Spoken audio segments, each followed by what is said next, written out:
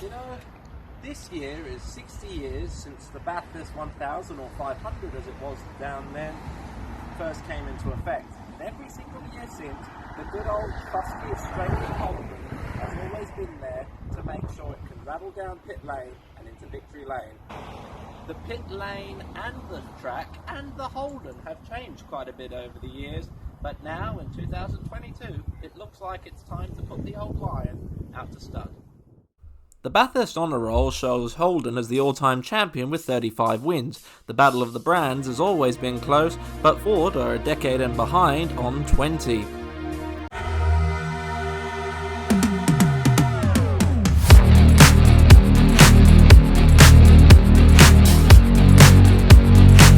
All battling for the minor placing. However, the General's domination at the Mount is soon to come to an end, with the shock announcement by GM in February 2020 to discontinue the Holden name Down Under. Bad news for the Reds, but terrific news for the Blues. Holden's latest contender, the ZB Commodore, really an Opel Vectra in disguise, has been in service since 2018, 4 years ago in fact.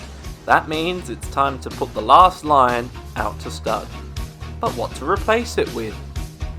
Instead of looking to the Europeans for an answer like last time, this time Supercars turned their sights on the US and then raided the GM parts bin for what they could find. What they found was the latest edition of the Chevrolet Camaro.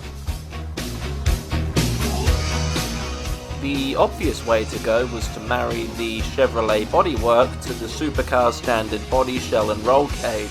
However, after a few years ago when the P word was thrown around willy-nilly by everybody up and down the lane, it was decided that a new generation of supercars was the future.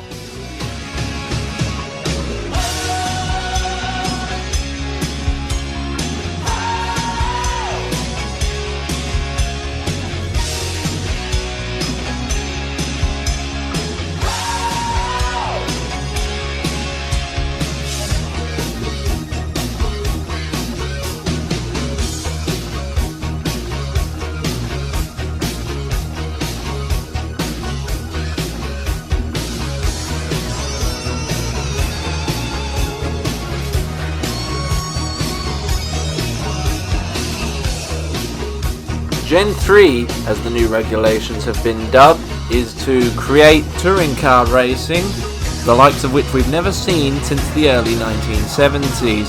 The marriage of the Camaro and Mustang to the new regulations sounded easy on paper, but it was anything but in practice. After the last 2 decades and supercars becoming heavily reliant on aero packages, the simple answer was to take as much aero off the cars as possible.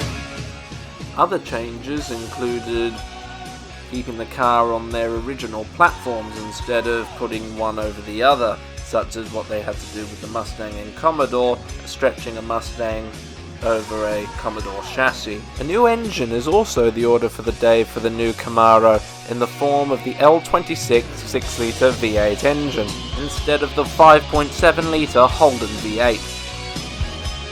As you can see, the new Camaro certainly looks the goods, but it's no good a race car looking good, it has to go good. So, in all interests of fairness, what does the opposition and the drivers who will future drive this car think of it? Fantastic. This has been a long time coming. There's been a good 18 months worth of work at least on building the car. It's such a nice feeling to finally pull the covers off and show Australia and the world our Gen 3 program. Swore a little and thought, yeah, that looks pretty cool.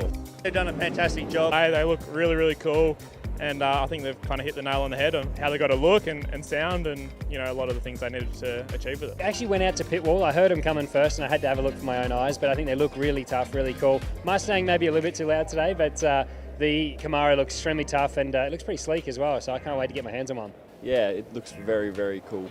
Yeah, they look super cool, low, wide, fast, so they're a cool looking thing. Really keeps the true DNA of our sport and its history well and truly alive, so I think it's a big milestone, it's a big moment.